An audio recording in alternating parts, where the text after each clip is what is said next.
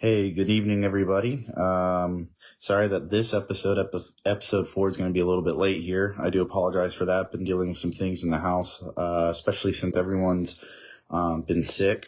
Our little one Lucas is dealing with it the most, but he's starting to feel better, so that's a good thing. Please, we ask continuous prayers and certainly good wishes and prayers to everyone else who's dealing with this bug right now.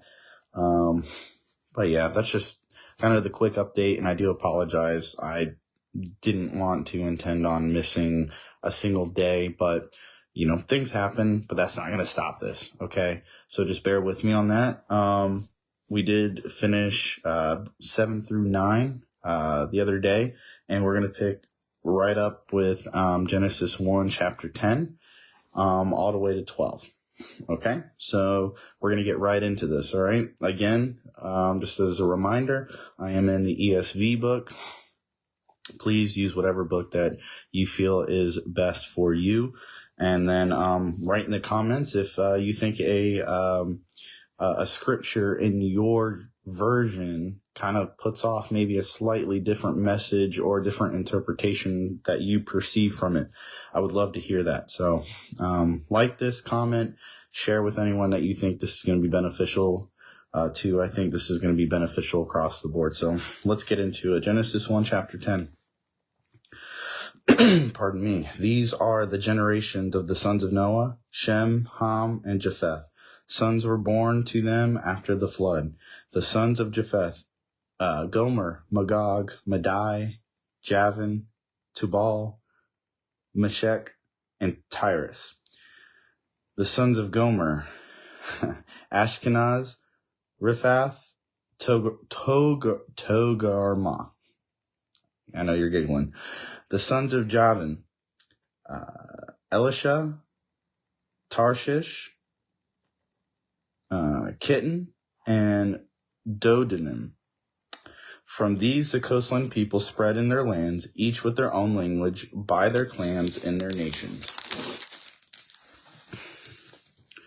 The sons of Ham, Cush, Egypt, Put, and Canaan. The sons of Cush, Seba, Havilah, Sabta, Ramah, and Sabteka. The sons of Ramah, Sheba, Dedan. Cush fathered Nimrod. He was the first on the earth to be a mighty man. I already know what comments are going to be made by that, so just go ahead and put it down. He was a mighty hunter before the Lord. Therefore, it is said, like Nimrod, a mighty hunter before the Lord. The beginning of his kingdom was Babel, Erech, Akkad, and Calneh, in the land of Shinar. From that land he went to Assyria and built Nineveh, Rehoboth, Calah, and Rezin between Nineveh and Calah. That is the great city. Egypt fathered Ludim, Anamin, Lahabim, Naphtuhim. See, you guys are going to have to jump in and read this for yourself, because this is just horrifying. Pathrasim, Casluhim, from who the Philistines came, and Caphtorim. Canaan fathered Sidon, his firstborn, and Heth, and the Jebusites, the Amorites, the Girgashites, the Hivites, the Arkites, the Sinites, the Arvadites, the Zemarites, and the Hamathites. Afterward, the clans of the Canaanites dispersed, and the territory of the Canaanites extended from Sidon into the direction of Gerar, as far as Gaza, and in the direction of Sodom, Gomorrah, Admah, and Seboim, as far as Lasha. These are the sons of Ham, by their clans, their languages, their lands, and their nations. To Shem also, the father of the children of Eber, the elder brother of Japheth, children were born. The sons of Shem, Elam, Assur, Arpachshad, Lud, and Aram. The sons of Aram, Uz, Hul, Gether, and Mosh. Arpachshad fathered Shelah, and Shelah fathered Eber. To Eber were born 2 sons. The names of the one was Peleg, for his days the earth was divided, and his brother's name was Joktan. Joktan fathered Almadad, Sheleph, Hazarmaveth, Jerah, Hadaram, Uzal, Diklah, Obal, Abimal, and Sheba, Ophir, Havilah, and Jabal. All of these were sons of Joktan. Ooh, I'm giggling inside, I'm telling you right now. The territory in which they live extended from Mashah in the direction of Safar to the hill country of the east. These are the sons of Shem by their clans, their languages, their lands, and their nations. These are the clans of the sons of Noah, according to their genealogies in their nations, and from these the nations spread abroad on the earth after the flood. That wraps up chapter 10 there. Listen, I had a big bowl of struggalos with all those names right there. Read through that. Literally, just chapter 10 comes across to me as this is how it finished off. This is just giving you a lineage after Noah, and after the flood event. And I'm not going to say that's not important, but there are names in this lineage that are going to pop up, as we get into the later chapters, and even going into the next books, right? This isn't just something here for filler. Like, these are important because there's a lineage that's going to develop through this entire Bible here, through all the books. So, we're starting with chapter 11 now. Now the whole earth had one language and the same words, and as people migrated from the east, they found a plain in the land of Shinar and settled there. And they said to one another, "Come, let us make bricks and burn them thoroughly." And they had brick for stone, and bitumen for mortar. Then they said, "Come, let us build ourselves a city and a tower with its top in the heavens, and let us make a name for ourselves, lest we be dispersed over the face of the whole earth." And the Lord came down to see the city and the tower, which the children of man had built. And the Lord said, "Behold, they are one people, and they have all one language, and this is only the beginning of what they will do, and nothing that they propose to do will now be impossible for them. Come, let us go down and there confuse their language, so that they may not understand one another's speech." So the Lord dispersed them from there over the face of all the earth, and they left off building the city. Therefore, its name was called Babel, because there the Lord confused the language of all the earth. And from there, the Lord dispersed them over the face of the earth. So there is, I've heard some things being of, significance and interpretation of that as to, like, why would he do that? To my knowledge, based off the little bit of the Bible that I've read before starting this adventure, there's, in short, it just comes across as like God, our man is already fallen here, and with all of our ways, and you can even think about it to this day right now, there's a lot of idolizing, right? And I think within the early days of these people, the Lord was just like, listen, they're on one hand, they think they're doing this for this relationship building and growth and prosperization there, but it's more along the lines of they're already building idols, and with fallen man there, you're just going to quickly see a full collapse of this righteousness that God had already instilled in us, but we're just giving that up because one person's going to think, well, somebody's got to be on top of this. I got to be able to oversee this. And then it turns into this big battle and this and that. I can go into a tangent. I'm just trying to give you a tidbit into my mind. I would love to discuss that with anyone after, because I would certainly like to hear other people's inputs. For me, in short, I just think it's self-idolization. And by self, I meant self as that community, that group there. So that's just my thoughts there. So Genesis 11, verse 10. Here it looks like we're going to go down another lineage path here. So these are the generations of Shem. When Shem was 100 years old, he fathered Arpachshad 2 years after the flood. And Shem lived after he fathered Arpachshad 500 years and had other sons and daughters. When Arpachshad had lived 35 years, he fathered Shelah. And Arpachshad lived after he fathered Shelah 403 years and had other sons and daughters. When Shelah had lived 30 years, he fathered Eber. And Shelah lived after he fathered Eber 403 years and had other sons and daughters. When Eber had lived 34 years, he fathered Peleg. And Eber lived after he fathered Peleg 430 years and had other sons and daughters.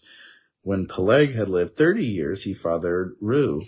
And Peleg had lived after he fathered Reu 209 years after, and had other sons and daughters.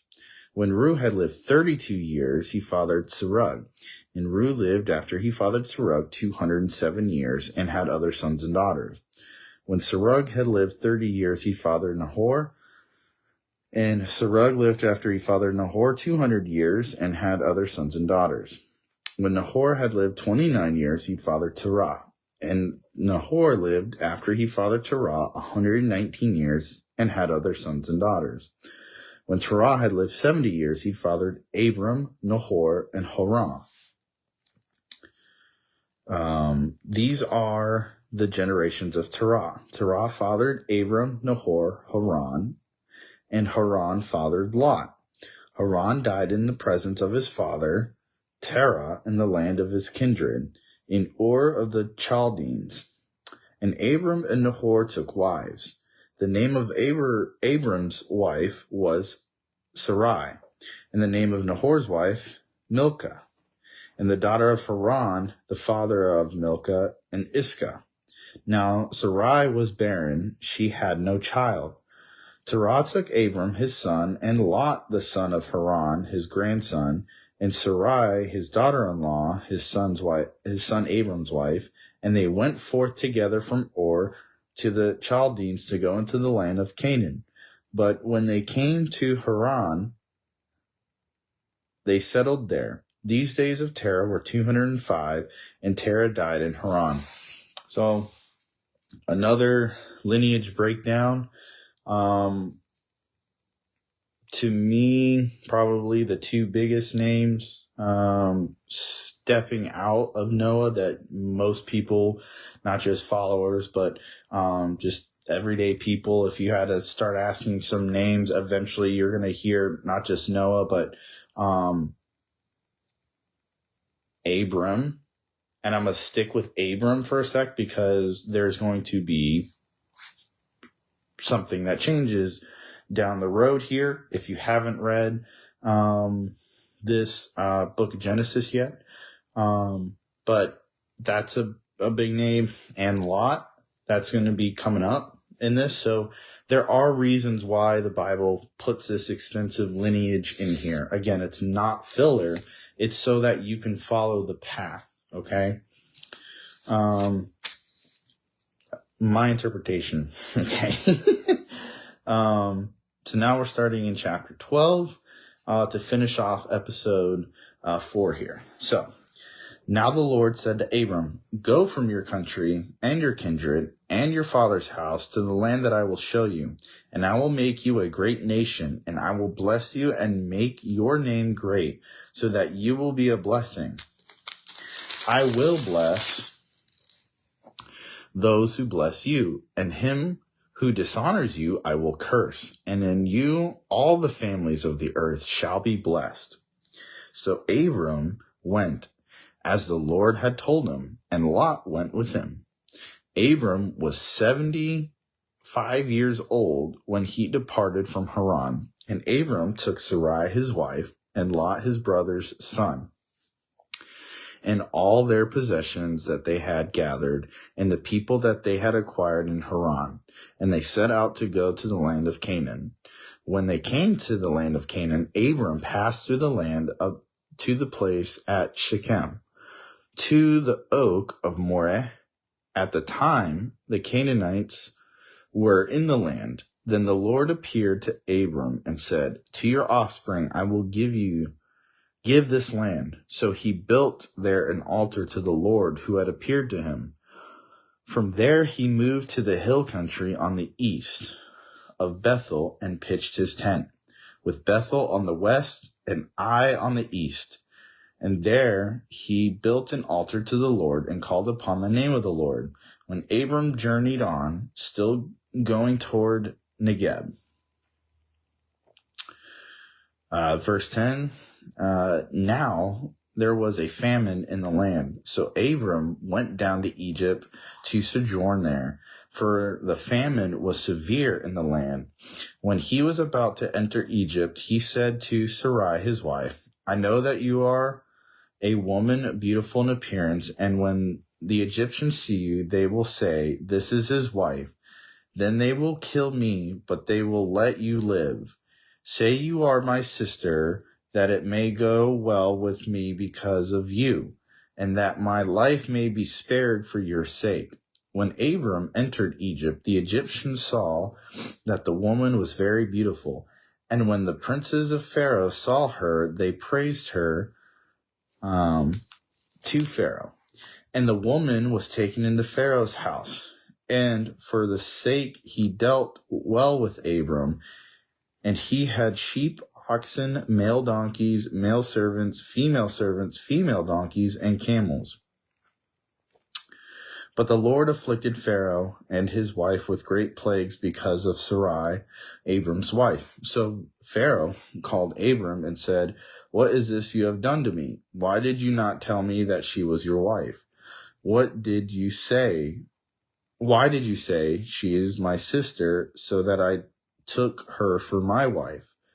Now, then, here is your wife, take her and go. And Pharaoh gave men orders concerning him, and they sent him away with his wife and all that he had. So, and again, I'm sorry, I've been dealing with the cold bug as well. But yeah, that wraps up today's episode, or I should say yesterday's episode. We had pretty much just two real strong chapters of lineage here. And then now we're picking up the story of Abram, which we're going to go much more in depth with in the next episode. So thank you guys for tuning in. Please comment, share with everyone. I would really love to see this starting to spread, and I would really love to see some interactions between those of you in the comments, or if you want to reach out to me in the comments or independently. So thank you guys. We'll see you next episode. See ya.